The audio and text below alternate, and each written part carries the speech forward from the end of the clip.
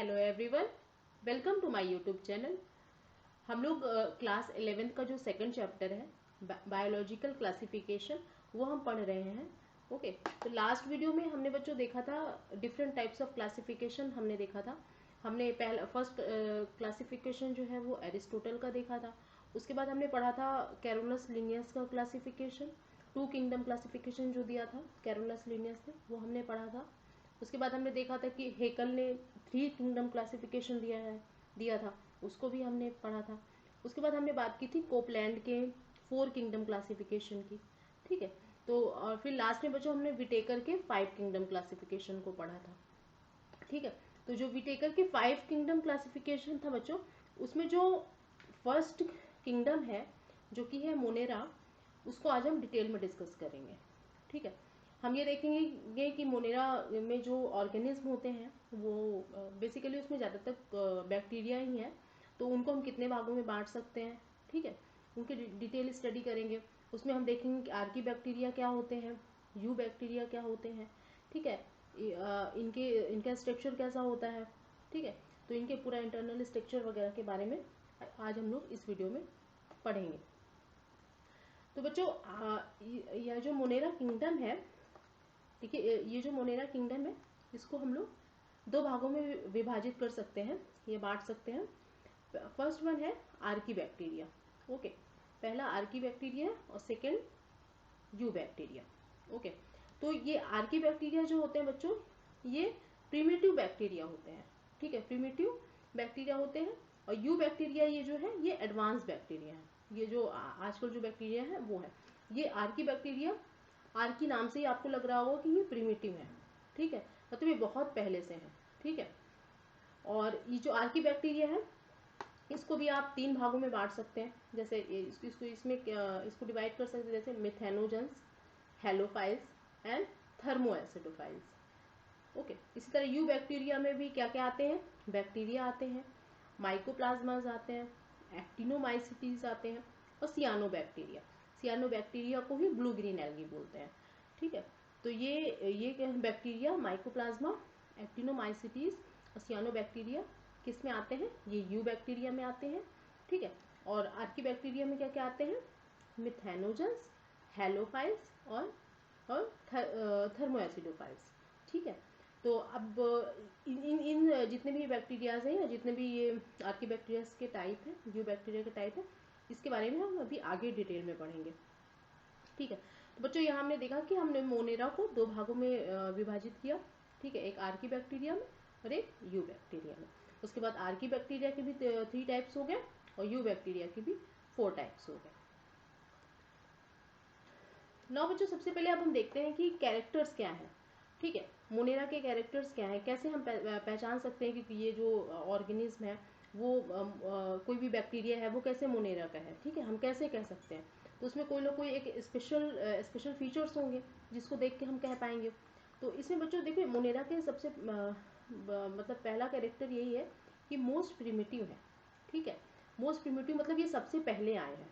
ठीक है, ये सबसे पहले मिले हैं, कौन, मोनेरा सबसे पहले आए हैं इस अर्थ पे। ठीक है, कौन, ये जो बैक्टीरिया है। ठीक है, मतलब मोनेरा में तो बैक्टीरिया ही आते हैं, तो जो बैक्टीरिया है वो सबसे प्रिमिटिव है। और the smallest and the most abundant micro organism. ठीक है, स्मॉलेस्ट मतलब बहुत ही छोटे हैं। ठीक है, जितने भी मोनेरल्स होंगे, जितने भी बैक्टीरिया हैं वो बहुत ही छोटे हैं। ठीक है, आप उनको ऐसे आंखों से नहीं देख सकते, उसमें आपको माइक्रोस्कोप वगैरह यूज करके ही आप उसको देख सकते हैं। ठीक है, और मोस्ट एबंडेंट मतलब कि कहीं भी सब जगह मिलते हैं। ठीक है, अभी आप इसकी कहीं भी मतलब कहीं भी गर्म जलधारा में, ठंडी जलधारा में, या ठंड में, गर्मी में, कहीं भी मतलब ह्यूमन की बॉडी में, इंटरनल एक्सटर्नल हर जगह ये माइक्रो ऑर्गेनिज्म मिलते हैं। और ये क्या होते हैं बच्चों, ये प्रोकैरियोटिक होते हैं। ठीक है, प्रोकैरियोटिक होते हैं। और प्रोकैरियोटिक क्यों होते हैं, क्योंकि इनके सेल में जितने भी ऑर्गेनिज्म हैं वो वेल डेवलप नहीं होते हैं। ठीक है, जैसे इनका जो न्यूक्लियस होगा उसमें न्यूक्लियर मेम्ब्रेन भी नहीं होती है, और बहुत से जो डीएनए है वो पूरे जो साइटोप्लाज्म होगा सेल का उसमें बिखरा हुआ रहता है। ठीक है, और तो ये इनका जो सेल का स्ट्रक्चर है वो प्रोकैरियोटिक होता है, यूकैरियोटिक टाइप का एडवांस नहीं होता है। और क्या होते हैं मोस्टली जो क्या होते हैं बच्चों, ये सिंगल सेल्ड होते हैं, मतलब एक ही सेल के बने होते हैं और उनके एक ही सेल में जीवन की सारी क्रियाएं होती हैं। ठीक है, तो अगर एक सिंगल सेल है मतलब इनकी जितने जीवन की क्रियाएं, डाइजेशन, रिस्पिरेशन, जितनी भी चीज़ें हैं वो सारी किस में होंगी, वो किस में होगी, एक ही सेल में होगी, सिंगल सेल में। ठीक है, सिंगल सेल में होगी। और एक और कैरेक्टर क्या है मोनेरा के ऑर्गेनिज्म का, cell wall is characterised by peptidoglycan. Okay, ये बहुत इंपॉर्टेंट है कि जो मोनेरा का जो सेल वॉल होता है उसमें क्या होता है कि पेप्टिडोग्लाइकन्स होते हैं। ठीक है, पेप्टिडोग्लाइकन जितने भी यू बैक्टीरिया होते हैं ना बच्चों, उसमें उन सब की सेल के सेल वॉल में क्या होता है, पेप्टिडोग्लाइकन होता है। लेकिन इसमें भी एक्सेप्शन है, मतलब एक्सेप्शन मतलब जैसे आर्की बैक्टीरिया जो है और जो माइकोप्लाज्मा है, इन दोनों की सेल के सेल वॉल में क्या होता है कि पेप्टिडोग्लाइकन नहीं मिलता है, ये एक्सेप्शन है। मतलब आर्की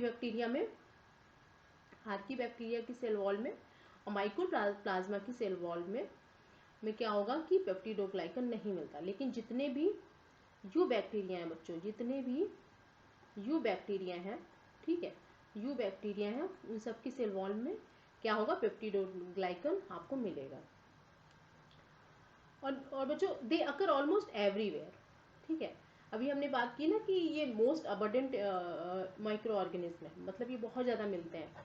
तो तो क्या होता है बच्चों, ये सब जगह मिलते हैं, मतलब कहीं भी आप सॉइल में देख लीजिए, जैसे यहाँ पे देखिए लिखा है, ये सॉइल में भी मिलेंगे। ठीक है, सॉइल में, डेजर्ट में, डीप ओशंस में, हॉट स्प्रिंग्स में, गर्म जो धाराएं होती हैं वहाँ भी, स्नो, बर्फ में, कहीं भी, मतलब ये सब जगह बैक्टीरिया आपको मिल जाएंगे। ठीक है, मतलब मिट्टी में भी मिल जाएंगे, डेजर्ट जो रेगिस्तान है वहाँ भी मिल जाएंगे, डीप ओशन मतलब एकदम समुद्र के तल पे भी आप जाओगे तो वहाँ पे भी आपको मिलेंगे, और जो ठंडी जलधाराएं, गर्म जलधाराएं, और आइस में, सब जगह आपको ये बैक्टीरिया मिल सकते हैं। ठीक है, तो इसीलिए ये सबसे ज़्यादा अबंडेंट माइक्रो ऑर्गेनिज्म है। ना बच्चों अब हम लोग आर्की बैक्टीरिया के बारे में देखेंगे कि आर्की बैक्टीरिया में जो बैक्टीरिया हैं उनके क्या क्या फीचर्स हैं। ठीक है, तो अब हम लोग आर्की बैक्टीरिया देखेंगे। तो बच्चों आर्की बैक्टीरिया को ही एशियन बैक्टीरिया कहते हैं। ठीक है, जैसे हमने बात की, बहुत ही प्रीमिटिव है। ठीक है, बहुत ही पुराने हैं। ठीक है, तो इसीलिए इसको क्या बोलते हैं, आर्की बैक्टीरिया बोलते हैं। तो ये आर्की बैक्टीरिया क्या है बच्चों, ये देखिए ये चीज लिखा हुआ है यहाँ पे, group of the most primitive organism. Okay, मतलब बहुत ही प्रीमिटिव ऑर्गेनिज्म इसमें है, किसमें, आर्की बैक्टीरिया में। ठीक है, मतलब जब ह्यूमन का भी इवोल्यूशन नहीं हुआ था, उससे पहले ये बैक्टीरिया थे, मतलब बहुत ही पुराने बैक्टीरिया हैं Archie bacteria. Found in most harsh habitats, मतलब बहुत ही विषम परिस्थितियों में या बहुत ही जो विषम परिस्थितियां होती हैं उसमें भी ये पाए जाते हैं। मतलब अगर बहुत ठंड है, बहुत गर्मी है, तो बहुत टेम्परेचर हाई है या लो है, उसमें भी ये आपको आर्की बैक्टीरिया मिल सकते हैं और मिलते हैं। Now थर्ड पॉइंट क्या है बच्चों, peptidoglycan is absent in the cell wall of archaebacteria. ये हमने अभी लास्ट स्लाइड में देखा था कि जो पेप्टिडोग्लाइकन है वो क्या है, वो आर्की बैक्टीरिया में जो बैक्टीरियाज आते हैं या जो ऑर्गेनिज्म आते हैं उनकी सेल वॉल में क्या होगा, पेप्टिडोग्लाइकन जो है वो प्रेजेंट नहीं होता है। ठीक है, तो जो पेप्टिडोग्लाइकन है वो किस में प्रेजेंट होगा, वो यू बैक्टीरिया की सेल वॉल में प्रेजेंट होगा, बट आर्की बैक्टीरिया की सेल वॉल में प्रेजेंट नहीं होगा। नाउ जो आर्की बैक्टीरिया की सेल वॉल में क्या होगा, इसमें क्या होगा, पॉलीसैकेराइड्स एंड प्रोटीन्स होंगे।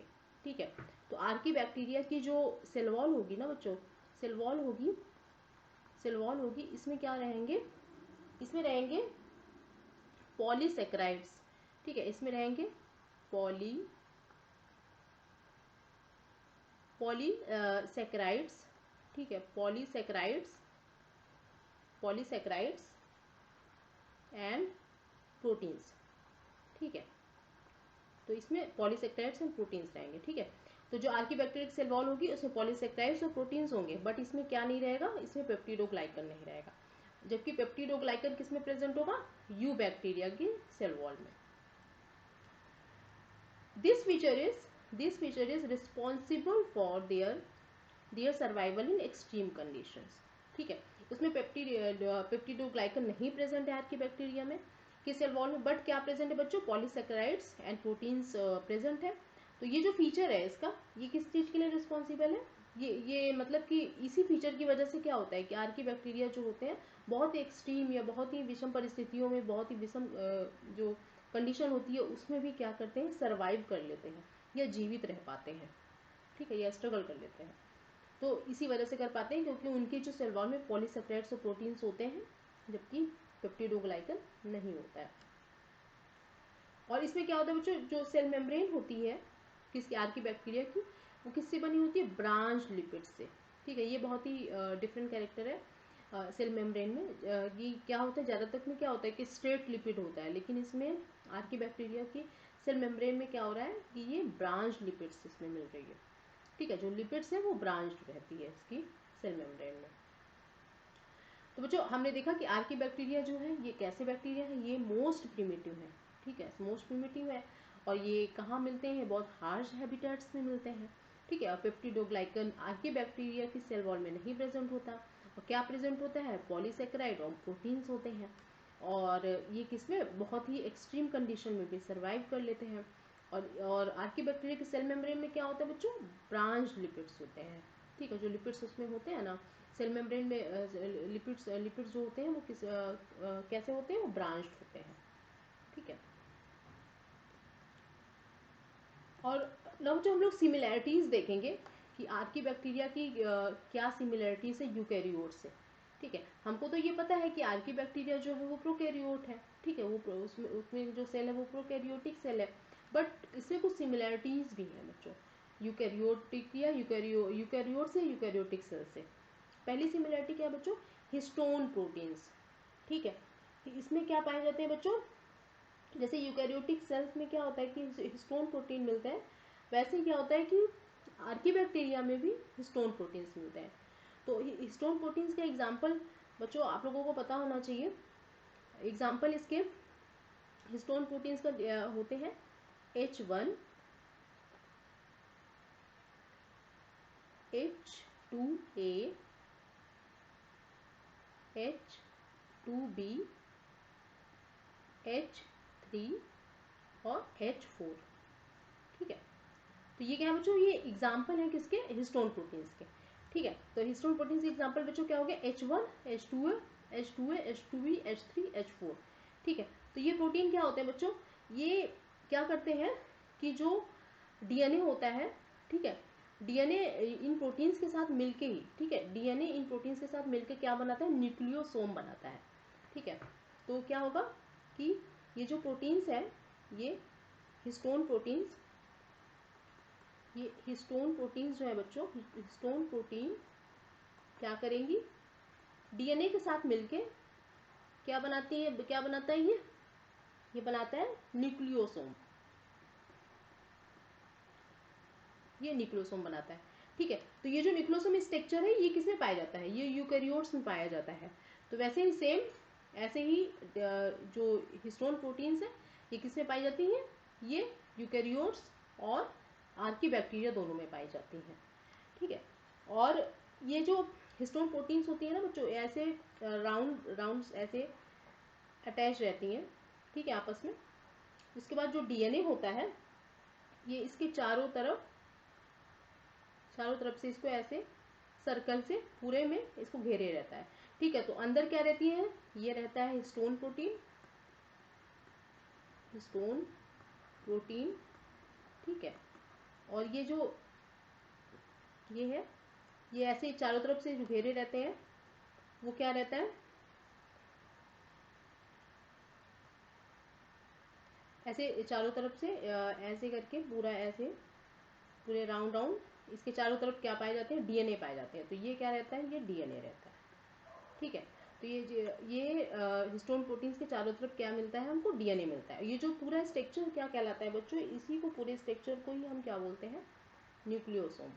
ठीक है, इसको ही हम न्यूक्लियोसोम बोलते हैं। ठीक है, तो यहाँ पे देखिए, तो ये जो हिस्टोन प्रोटीन्स जो न्यूक्लियोसोम बनाती हैं ये आर्की बैक्टीरिया में भी प्रेजेंट होती हैं बच्चों, आर्की बैक्टीरिया में भी प्रेजेंट होती हैं और साथ में ही ये यूकैरियोट्स में भी प्रेजेंट होती हैं। ठीक है, तो हम कह सकते हैं कि ये जो कैरेक्टर है ये जो कैरेक्टर है ये आर्की बैक्टीरिया का यूकैरियोट से सिमिलर है। ठीक है, तो और एक और सेकेंड कैरेक्टर क्या है बच्चों, DNA replication, transcription, translation are present and eukaryotic life. ठीक है, तो जो आर्की बैक्टीरिया की सेल में क्या होता है कि डीएनए रिप्लिकेशन भी होता है। ठीक है, डीएनए रिप्लिकेशन तो आपको पता होगा कि डीएनए से जब डीएनए बनता है तो उसको हम डीएनए रिप्लिकेशन कहते हैं। ठीक है, उसके बाद ट्रांसक्रिप्शन होता है। ठीक है, डीएनए से जब आरएनए बनता है तो वहाँ उस प्रोसेस को हम ट्रांसक्रिप्शन बोलते हैं। और ट्रांसलेशन में जब आरएनए से प्रोटीन का सिंथेसिस होती है तो उसको ट्रांसलेशन बोलते हैं। तो ये सब चीज़ें जो होती हैं, डीएनए रिप्लिकेशन, ट्रांसक्रिप्शन, ट्रांसलेशन, ये तीनों ही प्रेजेंट होते हैं आर्की बैक्टीरिया में। ठीक है, ये तीनों किसमें होंगे, आर्की बैक्टीरिया में होते हैं। और कैसे होते हैं बच्चों, यूकैरियोटिक लाइक होते हैं। ठीक है, जैसे यूकैरियोटिक सेल्स में होता है ना, वैसे ही होते हैं, प्रोकैरियोटिक की तरह नहीं होते हैं। तो बच्चों हमने देखे कि दो कैरेक्टर्स हिस्टोन प्रोटीन्स का, वो भी आर्की बैक्टीरिया में और यूकैरियोट्स में सिमिलर है। वैसे डीएनए रिप्लिकेशन और ट्रांसक्रिप्शन, ट्रांसलेशन जो प्रोसेसेस हैं वो भी आर्की बैक्टीरिया में और यूकैरियोट्स में, दोनों में ही सेम तरीके से ही होते हैं। ठीक है, तो हम ये कह सकते हैं कि ये दोनों सिमिलरिटीज हैं आर्की बैक्टीरिया और यूकैरियोट्स के बीच में। ना बच्चों अभी हमने आर्की बैक्टीरिया को हम डिवाइड कर रहे हैं। ठीक है, 3 पार्ट में हम देखिए इसको डिवाइड कर रहे हैं। पहला हम इसको बोल रहे हैं, एक है मिथेनोजेंस में आप डिवाइड कर सकते हो इसको, हेलोफाइल्स और थर्मोएसिडोफाइल्स। ठीक है, तो मिथेनोजेंस जो ऑर्गेनिज्म होते हैं ना बच्चों, वो ऑब्लिगेट एनारोबियंस होते हैं। ऑब्लिगेट एनारोबियंस मतलब है कि ये मतलब कि इनको ये ऑक्सीजन की प्रेजेंस में सरवाइव नहीं कर सकते हैं। ठीक है, मतलब ये अगर ऑक्सीजन प्रेजेंट होगी तो जीवित ही नहीं रहेंगे। ठीक है, मतलब मिथेनोजेंस क्या रहेंगे, वो अगर ऑक्सीजन की प्रेजेंस है या ऑक्सीजन वहाँ पे उपस्थित है तो वहाँ पे क्या होंगे कि ये सरवाइव ही नहीं कर सकते हैं। और इसके तो और हेलोफाइल्स क्या होते हैं बच्चों, ये फैकल्टेटिव एनारोबियंस होते हैं। मतलब अगर ऑक्सीजन प्रेजेंट है तब भी ये क्या कर सकते हैं, सर्वाइव कर सकते हैं, जीवित रह सकते हैं। वैसे जो थर्मो एसिडोफाइल्स होते हैं ऑर्गेनिज्म, ये भी कैसे होते हैं, ये भी सेम फैकल्टेटिव एनारोबियस होते हैं। मतलब अगर ऑक्सीजन प्रेजेंट है तो ये मतलब ये एरोब्स हो सकते हैं, और अगर नहीं प्रेजेंट है तब भी ये जीवित रह सकते हैं, दोनों परिस्थितियों में रह सकते हैं। लेकिन जो पहला हमने मेथेनोजेंस देखा था, ये से क्या था, ये ऑब्लिगेट एनारोबियस था। मतलब अगर ऑक्सीजन प्रेजेंट होगी ना तो ये जीवित ही नहीं रहेगा। ठीक है, इसमें देखिए इसमें मिथेनोजेंस का एग्जाम्पल भी देखिए, ये है मिथेनोबैक्टीरियम एंड मिथेनोकॉकस। और हेलोफाइल्स का एग्जाम्पल देखिए, हेलोबैक्टीरियम एंड हेलोकॉकस। और थर्मो एसिडोफाइल्स के भी एग्जाम्पल देखिए बच्चों, थर्मोप्लाज्मा एंड थर्मोप्रोटियस। तो these are the example of thermoacidophiles. और ये जो मिथेनोजेंस बैक्टीरिया होते हैं ना बच्चों, ये मिथेनोजेंस जो बैक्टीरिया होते हैं, ये जो रूमिनेंट एनिमल्स होते हैं, ठीक है, ये जो रूमिनेंट एनिमल्स होते हैं उनकी गट में पाए जाते हैं। ठीक है, तो ये जो रूमिनेंट एनिमल्स होते हैं, रूमिनेंट एनिमल्स जो बच्चों रूमिनेंट एनिमल्स होते हैं, ठीक है, रूमिनेंट एनिमल्स जो होते हैं जैसे कि काउज है, ठीक है, काउज है, ठीक है, और बफेलो है, बफेलो,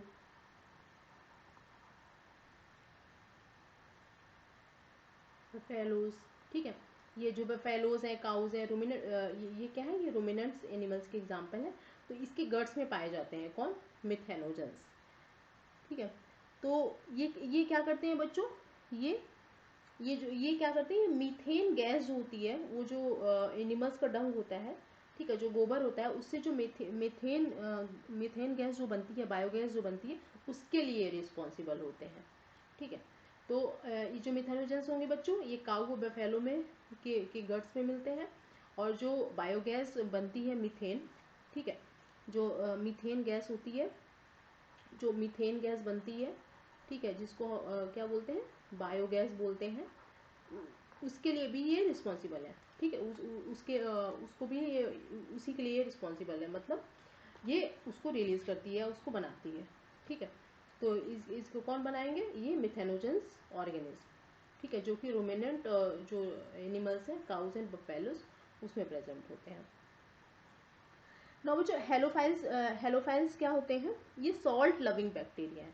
हेलोफाइल्स क्या है, हेलोफाइल्स है salt loving bacteria, salt loving bacteria है। ठीक है, तो ये ऐसे इन्वायरमेंट में प्रेजेंट होते हैं जहाँ पे क्या होता है, बहुत हाई सॉल्ट कंसंट्रेशन होता है। ठीक है, सॉल्ट लविंग है तो ऐसे इन्वायरमेंट में प्रेजेंट होंगे जहाँ पे हाई सॉल्ट कंसंट्रेशन होगा। ठीक है, कंसंट्रेशन हाई होगा सॉल्ट का, वहाँ पे ये प्रेजेंट होते हैं। और ये फैकल्टेटिव एनारोब्स होते हैं। ये जो और बच्चों जो थर्ड है, ये थर्मो एसिडोफाइल्स, ये जो होते हैं ये हॉट सल्फर स्प्रिंग्स में प्रेजेंट होते हैं। ठीक है, जो हॉट सल्फर स्प्रिंग्स होते हैं ना, सल्फर स्प्रिंग्स, उसमें ये पाए जाते हैं।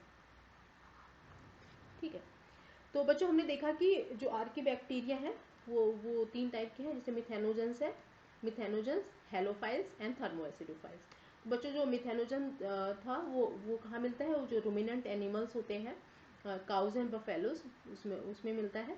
और ये जो बायोगैस, जो गाय का जो डंग होता है या गोबर होता है, उससे जो मीथेन गैस बनती है, उसके लिए रिस्पॉन्सिबल होते हैं। ठीक है, और ये ऑब्लिगेट एनाएरोबिस होते हैं, मतलब ये अगर ऑक्सीजन की प्रेजेंस होगी तो ये सर्वाइव नहीं कर पाएंगे। और इसके एग्जाम्पल हमने देखा मिथेनोबैक्टीरियम में मिथेनोकॉकस।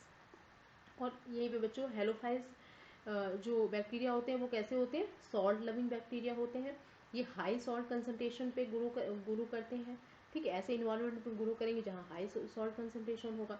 और ये फैकल्टेटिव एनारोब्स होंगे, मतलब अगर ऑक्सीजन प्रेजेंस है तब भी ये जीवित रह पाते हैं, सर्वाइव कर पाते हैं। और हेलोफाइल्स का एग्जाम्पल क्या था बच्चों, हेलोबैक्टीरिया एंड हेलोकॉकस। ऐसे बच्चों थर्मो एसिडोफाइल्स जो है जो मिलते हैं वो हॉट सल्फर स्प्रिंग में मिलते हैं। ठीक है, और ये भी क्या होते हैं, फैकल्टेटिव एनाएरोब्स हैं, सेम जैसे कि ये हेलोफाइल्स है। ठीक है, मतलब ये अगर ऑक्सीजन की प्रेजेंट है तब भी ये जीवित रह पाते हैं, सर्वाइव कर पाते हैं। और थर्मो एसिडोफाइल्स के एग्जाम्पल क्या है बच्चों, थर्मोप्लाज्मा एंड थर्मोप्रोटियस। नौ बच्चों अभी तक हमने आर्की बैक्टीरिया के बारे में बात किया। ठीक है, अब हम देखते हैं कि यू बैक्टीरिया क्या होते हैं। ठीक है, और क्या डिफरेंस है आर्की बैक्टीरिया यू बैक्टीरिया में। तो देखिए, you bacteria present everywhere, everywhere मतलब सब जगह प्रेजेंट होते हैं। जैसे अभी हमने जैसे हमने आर्की बैक्टीरिया में बात किया थी कि ये भी सब जगह प्रेजेंट होते हैं, वैसे यू बैक्टीरिया भी सभी जगह प्रेजेंट होते हैं, सब जगह मिलते हैं हमको। और ये क्या होते हैं, यूनिसेलुलर होते हैं, मतलब एक ही सेल के बने हुए होते हैं। ठीक है, विथ वेरिएबल शेप, मतलब इनके शेप डिफरेंट होते हैं, अभी हम आगे पढ़ेंगे इसके बारे में। और मोस्टली क्या होते हैं, पैथोजेनिक। ठीक है, मतलब ये क्या होते हैं, ज़्यादातर पैथोजेनिक ही होते हैं। ठीक है, मतलब पैथोजेनिक का मतलब है इनसे क्या होती है, इनसे रोग होते हैं, इनसे बीमारियाँ, ये डिजीज कॉज करते हैं। ठीक है, तो ये जो यू बैक्टीरिया होते हैं ये क्या करते हैं, तो बच्चों डिजीज कॉज करते हैं। ठीक है, ये क्या करते हैं, डिजीज कॉज करते हैं। ठीक है, और इसीलिए इसको पैथोजेनिक बोला कि ये ज़्यादातर पैथोजेनिक होते हैं। और इनका एक मेन फीचर क्या है बच्चों, इनकी जो सेल वॉल होती है रिजिड होती है, मतलब इसे पेप्टिडोग्लाइकन भी मिलता है, और इसमें क्या होता है, फ्लैजेलम भी होता है। ठीक है, यूनिसेलुलर है बच्चों, तो एक ही सेल का बना होगा, तो और उसमें क्या होता है, एक फ्लैजेलम भी प्रेजेंट होता है। ठीक है, तो यहाँ पे ये देखिए, ये एक बैक्टीरियल सेल का स्ट्रक्चर है। यहाँ पे देखिए, ये यहाँ पे जो इसका डीएनए है, क्योंकि हमें पता है कि जो बैक्टीरिया का जो सेल है वो प्रोकैरियोटिक है। तो जब प्रोकैरियोटिक है तो जो इसमें न्यूक्लियस तो मिलेगा नहीं, तो इसमें न्यूक्लियस नहीं होता, न्यूक्लियर मेम्ब्रेन नहीं होती है, तो और कोई भी वेल डेवलप्ड ऑर्गन नहीं होते हैं, तो सेल ऑर्गेनल्स नहीं होते हैं, सॉरी सेल ऑर्गेनल्स नहीं होते हैं। तो इसमें क्या है, जैसे डीएनए है, ये न्यूक्लियोइड है, तो ये एकदम फ्री स्टेज में, देखिए यहाँ ये साइटोप्लाज्म है। ठीक है, ये देखिए ये लिखा है ना, तो देखिए साइटोप्लाज्म है, तो ये साइटोप्लाज्म है, तो यहाँ पे जो डीएनए है वो फ्री स्टेट में पूरे साइटोप्लाज्म में रहता है। ठीक है, मतलब ये न्यूक्लियस में नहीं है। और सेल वॉल प्रेजेंट होती है, देखिए बैक्टीरियल सेल में। और जो सेल वॉल के बाद आउटर जो कवरिंग है वो कैप्सूल होती है। राइबोसोम्स होते हैं, ठीक है, राइबोसोम प्रोटीन सिंथेसिस के लिए होते हैं। और ऐसे जो ये देखिए ये थ्रेड लाइक स्ट्रक्चर, इसको पिलस बोल रहे हैं हम। और ये यहाँ पे प्लाज्मिड भी प्रेजेंट होता है, ये भी बहुत मेन फीचर है कि इसका मेन कैरेक्टर है बैक्टीरियल सेल का कि इसमें प्लाज्मिड प्रेजेंट होता है। और अभी हमने देखा कि एक फ्लैजेला भी होगा इसमें, ठीक है, एक क्या कई भी हो सकते हैं ये फ्लैजेला, और इसके बारे में हम आगे देखेंगे। पर बैक्टीरियल सेल में फ्लैजेलम भी प्रेजेंट होता है, देखिए ये फ्लैजेलम है, ठीक है, तो फ्लैजेलम प्रेजेंट होता है, ठीक है। और फ्लैजेलम एक से ज़्यादा भी हो सकते हैं, उसके बारे में हम अभी आगे देखेंगे। तो यहाँ पे देखिए न्यूक्लियोइड हो गया, सेल वॉल हो गया। तो अब यहाँ पे हम ये देख रहे हैं कि जो बैक्टीरियल सेल है वो क्या है, प्रोकैरियोटिक सेल है। अब बच्चों अब हम क्या करेंगे, यू बैक्टीरिया को क्या कर सकते हैं हम लोग, डिवाइड कर सकते हैं, ठीक है। हम इसको क्या कर सकते हैं, इसके शेप के आधार पे, ठीक है, इसके शेप के बेसिस पे हम इसको डिवाइड कर सकते हैं, 4 भागों में डिवाइड कर सकते हैं, ठीक है। देखिए यही लिखा हुआ है यहाँ पे, they are divided into 4 types based on their shape, ठीक है। तो पहला जो डिवीजन है वो विब्रियो बोलते हैं। इसमें क्या होगा कि सेल्स आर कॉमा लाइक, ठीक है। तो इसमें जो सेल जो रहेगी, ठीक है, वो रहेगी कॉमा लाइक, ठीक है, मतलब कॉमा शेप में जो सेल्स रहेगी तो हम उसको विब्रियो बोलेंगे, ठीक है। तो विब्रियो शब्द जो है बच्चों प्लूरल है, ठीक है, ये विब्रियो जो है वो प्लूरल है। अगर आप इसका सिंगुलर लिखेंगे तो वो विब्रियम हो जाएगा, ठीक है। तो विब्रियम विब्रियम विब्रियम क्या हो जाएगा, विब्रियम जो रहेगा वो सिंगुलर हो जाएगा, ठीक है, वो सिंगुलर हो जाएगा। अगर सिंगुलर आप लिखो तो विब्रियम लिखोगे, और विब्रियो लिखोगे तो प्लूरल हो जाएगा। तो ये जो विब्रियो में जो सेल्स होंगी बच्चों वो कॉमा लाइक होंगी, और इसका एग्जांपल जो है विब्रियो कॉलरा, ठीक है, विब्रियो कॉलरा बैक्टीरिया, ठीक है, जो कॉलरा डिजीज फॉर्म करता है, वो डिजीज कॉज करता है, वो है विब्रियो कॉलरा, ठीक है। तो विब्रियो कॉलरा का जो शेप होगा वो कॉमा लाइक होगा। देखिए यहाँ पे ये विब्रियो है, देखिए यहाँ पे एग्जांपल ये फिगर में देखिए विब्रियो, तो इसका देखिए ये शेप जो है ना, ये कॉमा शेप का नहीं लग रहा है, कॉमा शेप का ही लग रहा है ना, ये देखिए ना, ये भी कॉमा शेप का लग रहा है, ये भी कॉमा शेप का लग रहा है, तो ये क्या है, ये विब्रियो है। और सेकेंड जो टाइप है वो है कॉकस, ठीक है। कॉकस में क्या होता है कि सेल्स आर स्फेरिकल, मतलब जो सेल्स होती हैं वो कैसे रहेंगी, वो स्फेरिकल रहेंगी, ठीक है। और जैसे इसका जो एग्जांपल है बच्चों है डिप्लोकॉकस निमोनिया, ठीक है। जो ये डिप्लोकॉकस निमोनिया क्या करता है, निमोनिया डिजीज कॉज करता है ये बैक्टीरिया, ठीक है। तो ये देखिए ये स्फेरिकल, तो हमने बोला ना कि जो कॉकस जो है वो सेल्स क्या स्फेरिकल रहती है। तो ये देखिए कॉकई कॉकई क्या होगा बच्चों, प्लूरल होगा, ठीक है, क्योंकि यहाँ पे देखिए ना ढेर सारी स्फेरिकल सेल्स हैं, ये देखिए ये ढेर सारी स्फेरिकल सेल्स हैं, ठीक है, ढेर सारी स्फेरिकल सेल्स है, इसलिए हम इसे कॉकई बोल रहे हैं। कॉकस जो रहेगा वो सिंगुलर हो जाएगा। तो ये जो कॉकस शेप के जो बैक्टीरिया हैं वो कौन से है, डिप्लोकॉकस निमोनिया, ये इसका एग्जाम्पल है। और अब नेक्स्ट टाइप है बैसिलस, ठीक है। बैसिलस में क्या होगा, cells are elongated and rod like, ठीक है। तो बैसिलस बैक्टीरिया में सेल्स कैसी होगी, किस शेप की होगी बच्चों, इलोंगेटेड होगी और रॉड लाइक होगी। और इसका एग्जाम्पल क्या है, लैक्टोबैसिलस, लैक्टोबैसिलस लैक्टोबैसिलस जो बैक्टीरिया है वो कैसा है, वो उसका जो शेप है वो बैसिलस है, मतलब रॉड शेप है, रॉड शेप और इलोंगेटेड है। जैसे यहाँ पे देखिए ये रॉड शेप है, ये देखिए ये रॉड के शेप का है ना, ये रॉड के शेप का है, ये भी रॉड के शेप का है, ठीक है। तो ये रॉड शेप किस में मिलता है, वो लैक्टोबैसिलस बैक्टीरिया जो होते हैं वो रॉड शेप होते हैं, इसलिए इनका जो शेप होता है वो बैसिलस होता है। ना फोर्थ है बच्चों स्पाइरलम। स्पाइरलम में क्या होता है कि सेल्स आर कॉइल्ड होते हैं और स्पाइरल शेप्ड होते हैं। और इसका एग्जांपल देखिए वो स्पाइरिलियम ही है। ये देखिए यहाँ पे जो स्पाइरल होते हैं, मतलब ये देखिए स्पाइरल शेप के हैं, ठीक है, ये स्पाइरल शेप के हैं, ठीक है। तो इसका एग्जांपल क्या हो गया, स्पाइरिलम, ठीक है। तो बच्चों 4 टाइप्स क्या हो गए, शेप के आधार पर हमने यू बैक्टीरिया को 4 भागों में बांटा, vibrio, caucus, bacillus, spirilla. Now बच्चों नेक्स्ट अब हम यू बैक्टीरिया को फ्लैजेला की प्रेजेंस और ऑब्सेंस के आधार पे भी मतलब कई भागों में बांट सकते हैं। ठीक है, अभी हमने लास्ट वीडियो में देखा था कि सॉरी लास्ट स्लाइड में हमने देखा था कि जो बैक्टीरिया में जो मतलब उसके शेप के आधार पे हमने बांटा था। अब हम क्या करेंगे कि अगर उसमें किसी बैक्टीरियल सेल में फ्लैजेला प्रेजेंट है और या अब्सेंट है, ठीक है, और प्रेजेंट है और कहाँ पे प्रेजेंट है, ठीक है, उसका प्लेस क्या है, उस आधार पे भी हम जो यू बैक्टीरिया है उसको डिवाइड कर सकते हैं। तो फर्स्ट वन है बच्चों ए ट्राइकस। ठीक है, ए ट्राइकस में क्या होता है बच्चों कि नो फ्लैजेला, मतलब फ्लैजेला प्रेजेंट ही नहीं होता है। ठीक है, यहाँ पे देखिए ये ए ट्राइकस बैक्टीरिया है। ठीक है, ए ट्राइकस बैक्टीरिया, इसमें कोई भी फ्लैजेला प्रेजेंट नहीं है। तो जब बैक्टीरियल सेल में या किसी बैक्टीरिया में फ्लैजेला प्रेजेंट नहीं होगा तो हम उसे कहेंगे वो जो है वो ए ट्राइकस है ना। मोनोट्राइकस, मोनो नाम से ही लग रहा है कि एक फ्लैजेला की बात हो रही है। तो मोनोट्राइकस कैसा होगा बच्चों, जिसमें वन फ्लैजेला होगा। ठीक है, मोनोट्राइकस देखिए यहाँ पे है मोनोट्राइकस, ये फिगर में देखिए ये बैक्टीरिया मोनोट्राइकस है, इसमें फ्लैजेला एक साइड में और एक ही है। और एम्फीट्राइकस में क्या होगा बच्चों, सिंगल फ्लैजुलम ऑन बोथ साइड्स। ठीक है, सिंगल फ्लैजुलम ऑन बोथ साइड्स। तो ये एम्फीट्राइकस देखिए यहाँ पे दिया हुआ है कि single flagella on both sides, मतलब सिंगल, यहाँ पे सिंगल भी हो सकता है, देखिए यहाँ पे सिंगल भी हो सकता है और कई भी हो सकते हैं, मतलब एक से ज़्यादा, मतलब दोनों साइड पे होंगे। ठीक है, तो यहाँ पे सिंगल और एक सिंगल से ज़्यादा भी हो सकते हैं। ठीक है, यहाँ पे सिंगल लिखा हुआ है लेकिन सिंगल से ज़्यादा भी हो सकते हैं।